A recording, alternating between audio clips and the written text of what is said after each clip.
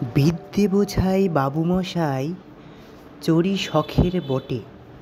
মাঝিরে কন বলতে পারিস সূর্যি কেন ওঠে? চাঁদটা কেন বারে কমে, জোয়ার কেন আসে?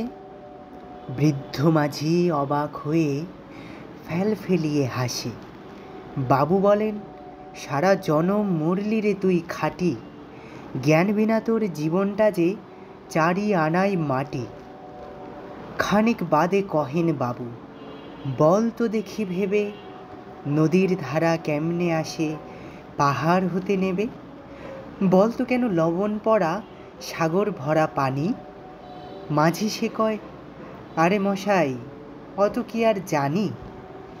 বাবু বলেন, এই বয়সে জানিস নেও তা কি, জীবনটা তোর নেহাত খেলো অষ্ট আনাই ফাঁকি।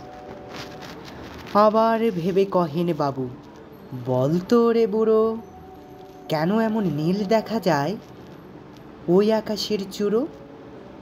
বল তো দেখি সূর্য চাঁদে গ্রহণ লাগে কেন?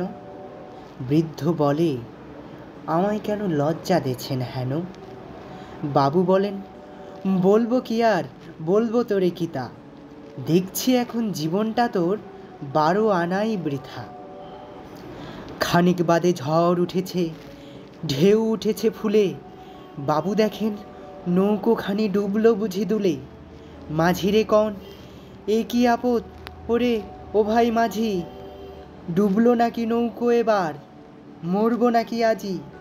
মাঝি শুধোয়, সাঁতার জানো? মাথা নাড়েন বাবু। মূর্খ মাঝি বলে, মশাই এখন কেন কাবু, বাঁচলে শেষে আমার কথা হিসেব করো পিছে, তোমার দেখি জীবনখানা 16 আনাই মিছে।